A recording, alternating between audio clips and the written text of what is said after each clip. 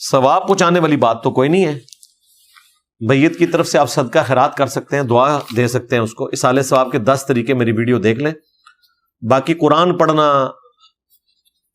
اور مردے کو بخشنا اس کی کوئی اثر موجود نہیں. ویسے اگر آپ قبرستان میں قرآن پڑھ لیتے ہیں ٹائم پاس کرنے کے لیے تو ضرور پڑھیں. آج کل تو ہمارے جہلم کے قبرستان میں انہوں نے باقاعدہ پوری رات ٹیپ ریکارڈر کے اوپر تلاوت چلائی ہوتی ہے ترجمے کے ساتھ. اندازہ کریں جو مردے ہیں وہ تو بےچارے آپ سنتے نہیں ہیں, وہ ترجمے والا قرآن سن کر اپنی آخرت درست نہیں کر سکتے. یہ تو زندوں کو ضرورت تھی. اگر چلانا ہی ہے آپ تو بازار میں چلائیں کوئی خاص ٹائم میں. ہمارے آفیسز میں بھی ہوتا ہے کہ صبح جب ہم لوگ آفس جاتے تھے تو 5-7 منٹ کے لیے تلاوت ہوتی تھی اور ترجمہ, اور وہ باقاعدہ اسپیکر ساؤنڈ سسٹم لگا ہوا تھا امام کعبہ کی آواز میں. باقاعدہ ہزاروں لوگ اپنے اپنے آفیسز میں جمع ہوتے تھے, ایک جگہ پہ نہیں, گراؤنڈ میں اپنے اپنے آفیسز میں, ہر جگہ وہ اسپیکر لگے ہوئے تھے.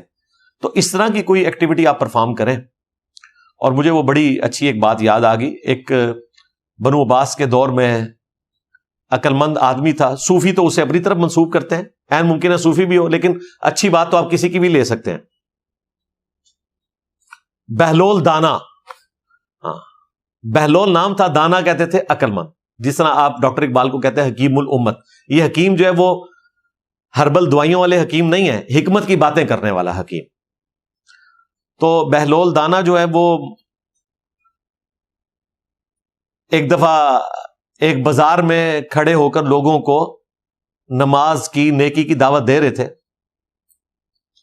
اور وہ ان کو کہہ رہے تھے کہ تمہارے پاس ٹائم ہے, اپنے رب کی طرف رجوع لاؤ, توبہ کر لو, اور وہ تمہاری بات مان لے گا, تمہیں معاف کر دے گا. کچھ دنوں کے بعد اسی بندے نے بہلول دانا کو قبرستان میں دیکھا. تو اس نے کہا کہ آپ قبرستان میں کیا کر رہے ہیں؟ اس نے بڑی زبردست بات کی. اس نے کہا کہ اب یہ مان گئے ہیں لیکن وہ نہیں مان رہا. اوئے خائے خائے خائے. یعنی عبرت کے لیے اس نے ایک ایسا جملہ بولا جو دل چیر جاتا ہے.